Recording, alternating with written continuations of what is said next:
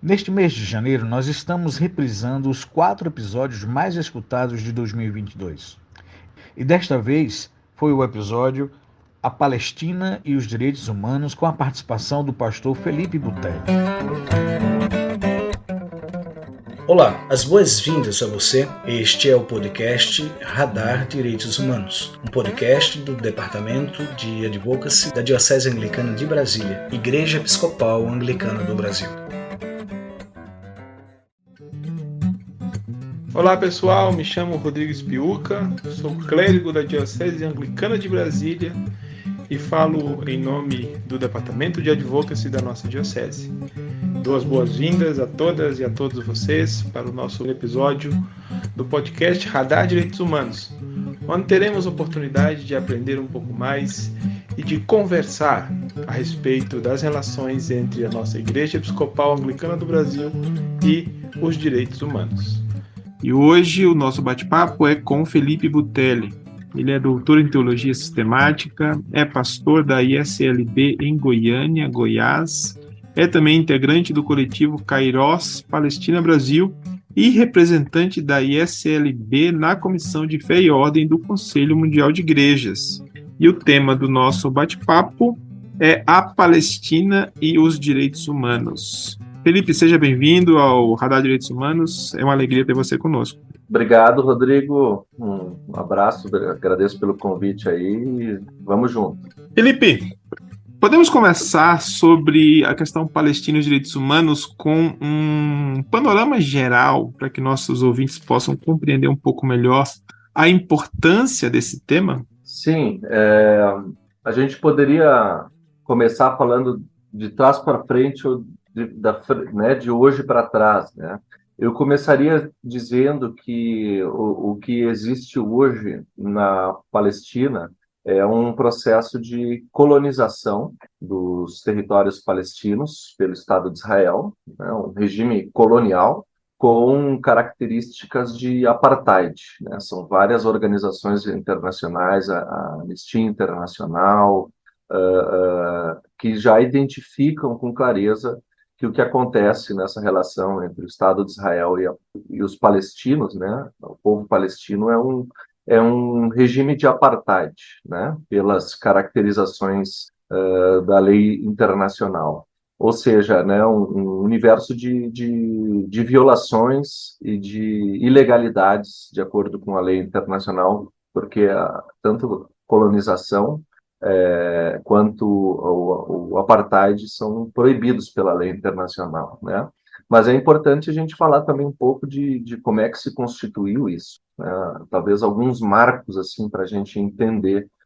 As pessoas geralmente, principalmente quem é relacionado com igrejas, né?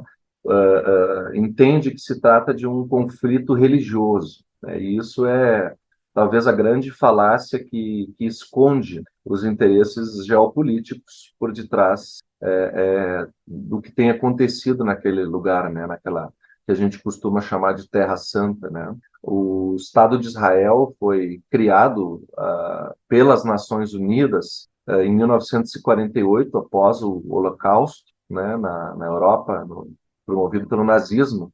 E então a comunidade internacional se solidarizou com o sofrimento do povo judeu e criou o Estado de Israel no território palestino, fazendo a partição, né, em 1947 do território. Só que isso, evidentemente, representou o que os palestinos chamam de Nakba, né, uma catástrofe, porque como dizem, para atender uma série de refugiados europeus, durante o período do Holocausto, se criou um contingente de refugiados palestinos, né, que só no primeiro ano de criação do Estado de Israel já era mais de 700 mil pessoas que foram desalojadas, expulsas de suas casas, para que judeus de todo o mundo pudessem vir morar na Palestina. Então, isso nunca foi aceito pela população palestina, pelos países árabes do entorno, nunca votaram favoravelmente a essa decisão, né? Esse clima, esse contexto beligerante permanece desde então. Em 1967 houve a chamada Guerra dos 6 Dias, quando as nações árabes resolveram guerrear contra Israel e perderam, né? E nessa guerra, o Estado de Israel avançou a sua ocupação militar sobre o território palestino, da Cisjordânia e Gaza, e inclusive parte do território da Jordânia, né? Então, desde 1967, ou seja, já faz mais de 50 anos que o Estado de Israel ocupa militarmente o território palestino, né?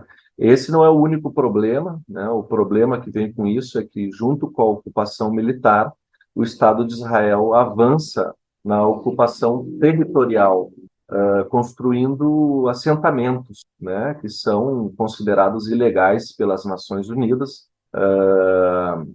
que vão ampliando, expandindo o domínio territorial de Israel dentro da Cisjordânia, principalmente, né? E Gaza, desde dos protestos da primeira e da segunda intifada, principalmente, né? A primeira intifada, que foi o protesto popular palestino, aconteceu em 1987, e a segunda intifada aconteceu no início dos anos 2000, com aquilo tudo que a gente lembra, né, que caracterizou um pouco a imagem mundial de o que acontecia lá, com a estratégia de homens-bombas, né, e essa guerra contra o Estado de Israel por parte de palestinos, né? Só que desde do ano 2000, grandes protestos como uma intifada não acontecem mais, né? São pontuais e pequenos e muito fracos, né? Diante do poder militar e econômico que o Estado de Israel tem, o domínio absoluto com alta tecnologia e políticas de controle da população, né, na Palestina. Então, analisando como a coisa está hoje, né, hoje o Estado de Israel viola diversas decisões das Nações Unidas, a construção do muro que divide a Palestina de Israel já foi condenada em 2014 pela Corte Internacional de Justiça, um muro que toma partes do território palestino ilegalmente, e as diversas políticas de segregação, de distinção de status, né, para os cidadãos palestinos, né, que vivem em Jerusalém ou que vivem na Cisjordânia, ou e principalmente aqueles que vivem em Gaza, né? Então é importante que a gente ressalte que, do ponto de vista geopolítico, o que acontece hoje na Palestina não é um conflito, não é uma guerra entre iguais, não há equilíbrio algum no que acontece lá, mas é preciso que se afirme que o que acontece lá é um regime contemporâneo de colonização com políticas de apartheid, de distinção de status de cidadania entre aqueles que são árabes, palestinos e entre os que são israelenses, né? Não sei se podemos começar dizendo isso, né? Claro. E, na tua perspectiva, como tem sido a atuação dos principais players políticos internacionais nessa questão? Bom, evidentemente que Israel representa o avanço de uma perspectiva ocidental no Oriente Médio, né? É um posto avançado de presença ocidental militarizada, né, dentro do Oriente Médio, né? Claro que quem mora dentro de Israel vive uma vida praticamente numa Disneylândia, né? Israel é um estado altamente organizado, né, dentro do padrão democrático ocidental, com perspectiva de direitos para os seus cidadãos, né, e cidadãs, com pautas sociais e políticas bem afeitas ao que acontece no mundo ocidental, e com desenvolvimento econômico, né, muito grande, né? O Estado de Israel talvez seja o Estado que mais recebe recursos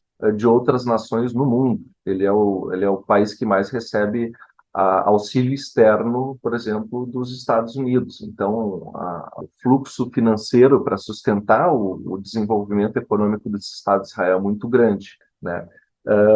Israel pesa muito, né, na sua interação com outras nações na culpa histórica que principalmente as nações europeias ocidentais têm em relação ao Holocausto, né? Então, assim, qualquer tipo de crítica que se faça às políticas do Estado de Israel, né, o que não significa criticar o judaísmo, né? É bom que se diga isso com muita clareza, porque qualquer crítica que se queira fazer às políticas que o Estado de Israel implementa são facilmente definidas como antissemitismo, né? Uma espécie de chantagem para garantir que o Estado de Israel permaneça sem nenhum tipo de sanção, sem nenhum tipo de imposição por parte das Nações Unidas. Né? Então, digamos que, basicamente, as nações europeias e os Estados Unidos sustentam o Estado de Israel, né? Quase como que aquele filho mimado, né? Que a gente educa de um jeito e depois não sabe como fazer para que retome, né, um padrão de convivência de acordo com a lei internacional. E Israel, o povo palestino, né, se fia muito no apoio que recebe das nações do hemisfério sul, né? Talvez uma que se destaque muito fortemente hoje em dia seja a África do Sul, que passou pela experiência do apartheid, então os sul-africanos veem o que acontece na Palestina e identificam com muita clareza a similaridade com o que eles mesmos enfrentaram durante o apartheid, né? O Brasil, historicamente, sempre teve uma postura solidária com o povo palestino. É também verdade que nos últimos 4 anos nós tivemos uma tendência de apoio maior ao Estado de Israel, né, de negligenciamento das demandas do povo palestino. A gente lembra logo daquela história do Trump que queria mudar a embaixada de Israel de Tel Aviv para Jerusalém, que o Bolsonaro, quando assumiu, fez a promessa também de que a embaixada brasileira iria mudar para Jerusalém, né? O que, de acordo com a lei internacional, também é um equívoco, porque a capital de Israel é Tel Aviv e Jerusalém é considerada a capital da Palestina, né? Jerusalém que é ocupada e dividida entre Jerusalém Ocidental, parte israelense, e Jerusalém Oriental, né? É um dos focos, né, de tentativa de expansão do domínio, do controle, né, realmente da tomada territorial que Israel quer promover, né? De fato, quer expulsar o povo palestino que vive lá, e para isso cria os maiores constrangimentos e as maiores dificuldades para fluxo, para trânsito de pessoas, para acesso às celebrações religiosas e tantas outras políticas, né, que querem impor Jerusalém como capital de Israel, né? Mas eu diria que hoje em dia nós temos nas Nações Unidas assim um grande impasse, porque principalmente através do apoio dos Estados Unidos, né, que faz parte do Conselho de Segurança da ONU, qualquer tipo de iniciativa de sanções ou nem falamos aqui de a presença militar para garantir a segurança, né, e a desocupação do território palestino, isso é completamente inviável no debate político internacional, né? Eu acho que o que nós precisamos, quando trabalhamos assim pela conscientização, é de ressaltar e demonstrar publicamente as violações da legislação internacional que o Estado de Israel promove, né? E construir politicamente e crescentemente, né, políticas de boicote, desinvestimento e sanções, que é a estratégia que foi utilizada na África do Sul durante o período do apartheid, né, o chamado BDS, e que a sociedade civil palestina tem proposto à comunidade internacional como uma forma de apoio político e econômico, né, boicote, desinvestimento e sanções, sobretudo daquilo que é produzido nos territórios ocupados, né, nos assentamentos israelenses no território palestino. Então, a luta é muito difícil, né? O desequilíbrio de forças políticas, internacionalmente falando, é muito grande, né? E a perspectiva é de que, com um processo contínuo de conscientização, né, de conseguir nominar e perceber que o que acontece lá é um apartheid e um regime de colonização, talvez, né, possa progressivamente gerar uma mudança no espectro político, geopolítico internacional, para frear esse processo de tomada da terra do povo palestino, de expulsão dos palestinos, de apagamento da história do povo palestino, né, de um etnocídio, né, como tem se falado, né, assassinato de uma cultura, de uma memória, de uma história do povo palestino nesse contexto geopolítico internacional. Tu falaste, Felipe, que o Brasil sempre teve uma história de apoio à causa do povo palestino, mas que recentemente nós tivemos uma mudança, né, no eixo da atenção brasileira. Será que tu podes explicar um pouco melhor as razões dessa alteração do comportamento do Estado brasileiro? Talvez de lembrar, né? A gente pode ter se esquecido até disso, mas se lembrar de que o Brasil sempre foi uma nação amistosa, sempre foi uma nação pacífica, né? Mediadora de conflitos internacionais, respeitando, né, a autonomia dos estados na definição de suas políticas, mantendo uma amizade, uma solidariedade internacional com as outras nações. O Brasil sempre foi um país de muito bom relacionamento internacional, né? E assim foi com o Estado de Israel e sempre foi com o povo palestino, né? Houve, né, durante esses últimos 50, 60 anos, né, até mais, desde 1948, um afluxo de migrantes, refugiados palestinos, a comunidade palestina no Brasil é muito forte, né? Gente que vive aqui, que às vezes até ainda guarda a esperança de retorno, né, para sua terra, lembrando que as Nações Unidas garantem, né, o direito de retorno das famílias que foram expulsas, né, refugiados palestinos à sua terra, né, o que é um direito completamente inviabilizado pelo domínio territorial que o Estado de Israel promove, mas que recentemente a política externa brasileira preferiu adotar um padrão de benefício a quem concorda ideologicamente com suas posturas, né?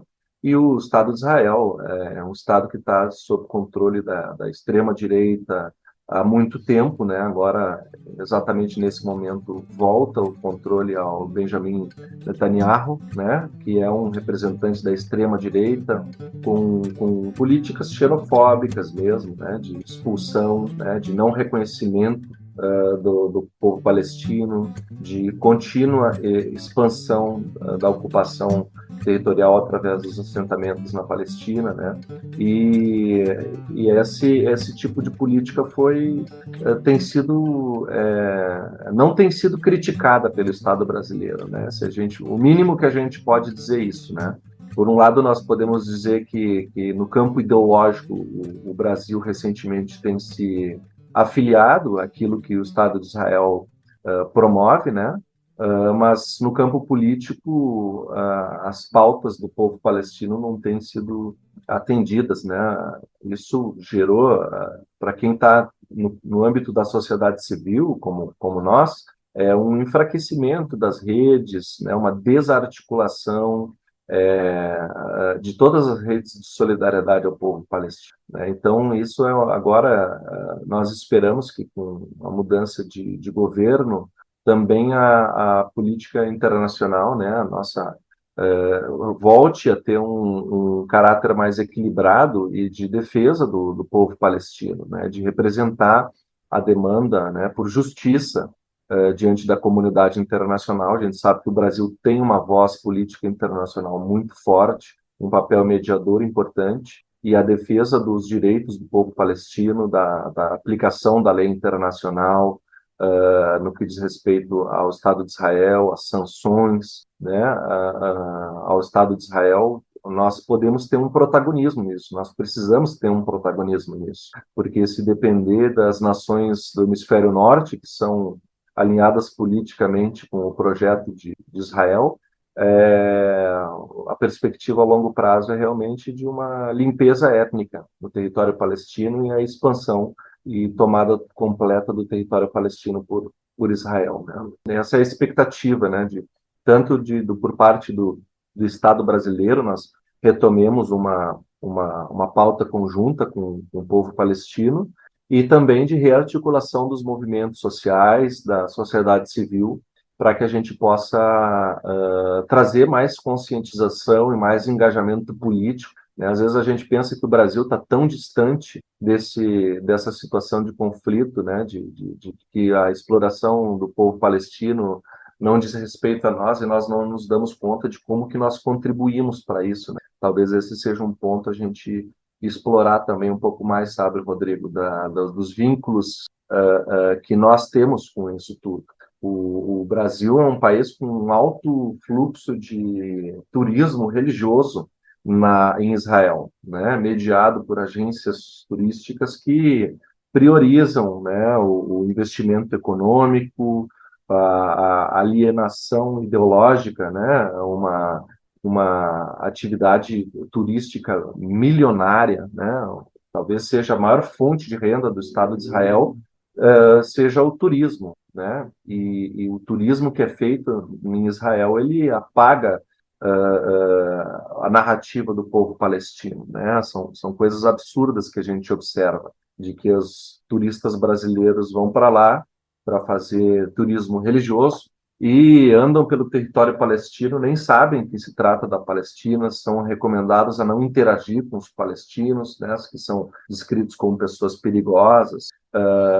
E assim a gente apoia financeiramente o Estado de Israel, a gente apoia a ocupação de sítios arqueológicos pelo Estado de Israel, né, a gente deixa de apoiar iniciativas econômicas palestinas. Então, isso é certamente uma das iniciativas que, do ponto de vista assim, do Brasil, a gente teria mais condições de fazer uma mudança, né, nesse desequilíbrio, porque, no fim das contas, tanto ideologicamente como economicamente, a nossa prática de turismo religioso na Terra Santa ela tem servido, né, aos propósitos de ampliação política e econômica do Estado de Israel dentro do território palestino.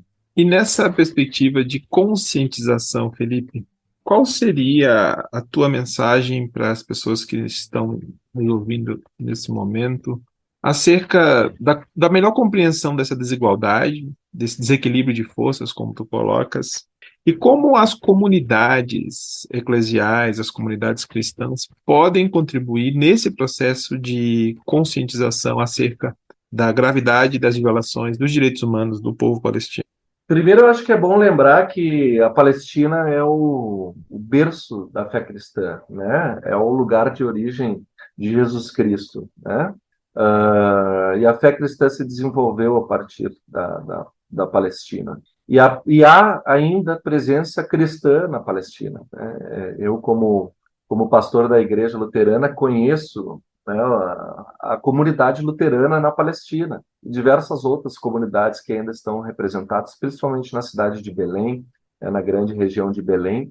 Há ainda uma forte presença cristã, mas que tem sido cada vez mais diminuída, né? A tendência dos jovens quererem ir embora por falta de perspectivas de trabalho, por falta de liberdade de ir e vir, por um contexto permanente de violação dos direitos individuais, né, dos seus direitos humanos. É compreensível que os jovens queiram ter uma perspectiva de vida, né?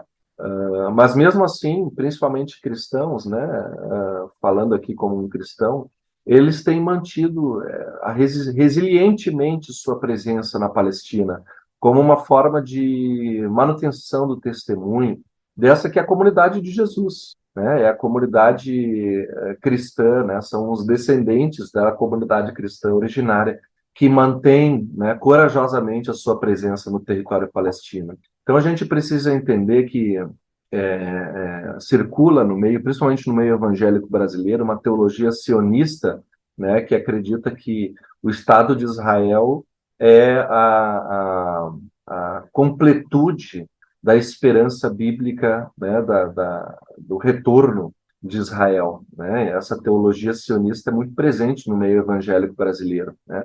E a gente não se dá conta de que o Estado de Israel contemporâneo não é a mesma coisa do que o povo de Israel, né? E que, inclusive, nós, como cristãos, cremos que o povo de Israel é a igreja de Jesus Cristo, não é necessariamente um Estado-nação que se institua lá, né?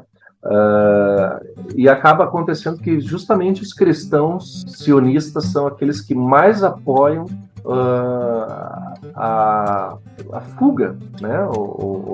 A migração de cristãos que vivem na Palestina para que ela seja progressivamente tomada por um discurso judaizante que reescreve a história, que muda os nomes dos sítios históricos que pertenceram à fé cristã por centenas de anos, né, milhares de anos em algumas ocasiões. Então, assim, nosso papel como Igreja de Jesus Cristo é apoiar a presença cristã na Terra Santa, né? E para isso a gente precisa ser autocrítico em relação às práticas, tanto discursivas que a gente tem, né, teológicas de apoio a um projeto que está apagando a memória e a presença cristã na Terra Santa, e politicamente e economicamente se posicionar por uma prática de turismo religioso justo e responsável na Palestina e Israel, que ouça a narrativa dos cristãos, né? Eles dizem para nós assim: venham e vejam, né? É um dos chamados que eles falam, fazem: venham e vejam, né? Venham e conheçam o discurso, né, das pedras vivas, né? Às vezes a gente acha que visitar a Terra Santa é visitar um monte de igreja histórica, de sítio arqueológico, de pedras mortas, como eles chamam, né? Enquanto que a comunidade cristã está viva ali naquele território. E acho que o grande fator que muda a nossa percepção e gera um engajamento positivo em relação à luta dessas pessoas é conhecê-las, né? É ir até a Palestina, é visitar essas pessoas, é apoiá-las nas suas iniciativas econômicas, se hospedar na Palestina, se alimentar na Palestina, né? Comprar do artesanato do povo palestino, ouvir as suas histórias, conhecer a sua perspectiva do conflito, ouvir assim a orientação que eles nos dão acerca da história da Terra Santa, porque eles são herdeiros dessa história, né? Então, acho que talvez esse seja o ponto inicial aqui para nós brasileiros de um processo de conscientização e de atuação responsável, né, no que diz respeito à nossa participação nesse conflito. Nós somos participantes nele, sim, né, na medida em que nós apoiamos diretamente, tanto econômica quanto ideologicamente, o Estado de Israel. Então, criar um equilíbrio, né, e dar espaço às narrativas, visibilidade à história do povo palestino, é uma maneira de nós começarmos a fazer um processo de mudança de consciência e de uma nova prática política, né, nossa, enquanto pessoas cristãs brasileiras. Eu acho que esse é o primeiro passo que a gente tem que começar a organizar com mais intensidade, né, com mais proposição, uma prática de turismo justo e responsável na Terra Santa. Felipe, muito obrigado pelas tuas reflexões conosco sobre esse tema tão importante, e te agradeço mais uma vez por aceitares nosso convite novamente e te devolvo a palavra para tuas considerações finais. Então, agradeço o convite. Ontem, né, nós estamos gravando hoje aqui, dia 30 de novembro, ontem foi o Dia Internacional de Solidariedade com o povo palestino. Eu acho que nós realmente precisamos, né, como Igreja de Jesus, estar aberto ao clamor daqueles que estão sofrendo, né? É um compromisso que o Evangelho nos impele, né? E eu quero, né, convidar as pessoas a se sentirem implicadas, a perceberem, né, a sua parte nisso tudo e a possibilidade que nós temos também de influenciar mudanças, né? Tem tantas coisas a falar sobre esse tema, talvez a gente precisava de uns 2 ou 3 episódios, né, Rodrigo, para explorar esse tema da Palestina, ou mais. Mas por agora, eu acho que é importante afirmar que né, a gente precisa progredir na consciência em relação ao que acontece por lá e dar voz, ouvir o que o povo cristão palestino tem a nos chamar quando nos convida para irmos e vermos qual é a situação de vida pela qual eles estão passando, né? Eu agradeço a oportunidade de compartilhar esses pensamentos com vocês e estou sempre à disposição para quem quer aprofundar aí um pouco mais da consciência e das percepções sobre isso. Obrigado. Eu que te agradeço, Felipe, e certamente vamos retomar o tema aqui no Radar Direitos Humanos. O cuidado, o compromisso e a dedicação à promoção e ao avanço dos direitos humanos de todas as pessoas. Esse é o nosso objetivo, nossa missão, e continuaremos nesta persuasão. A você que nos ouve, desejo que estejam em paz, fiquem bem e até o nosso próximo episódio. Eu conversei com o Felipe Butelli sobre o tema Palestina e os direitos humanos. Até mais.